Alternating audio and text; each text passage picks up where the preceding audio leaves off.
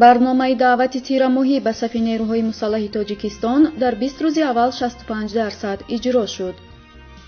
ба гуфтаи Ориф Низомиён, сухангӯи Вазорати мудофиаи Тоҷикистон, дар ин муддат вилояти мухтори Кӯҳистони Бадахшон барномаи даъвати тирамоҳиро 110% иҷро кард.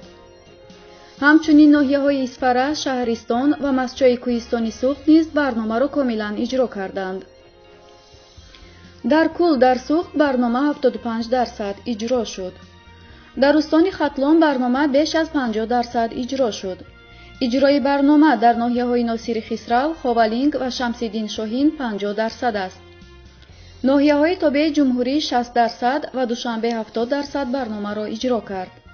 гуфтанист, дар тӯли таърихи соҳибистиқлолии кишвар то ба ҳол аксарияти ҷавонон бо роҳи аблава ё худ дуздии ҷавонон аз сари кӯчаву хиёбонҳо ва ҳатто аз ҷойгоҳи хобашон сурат мегирад.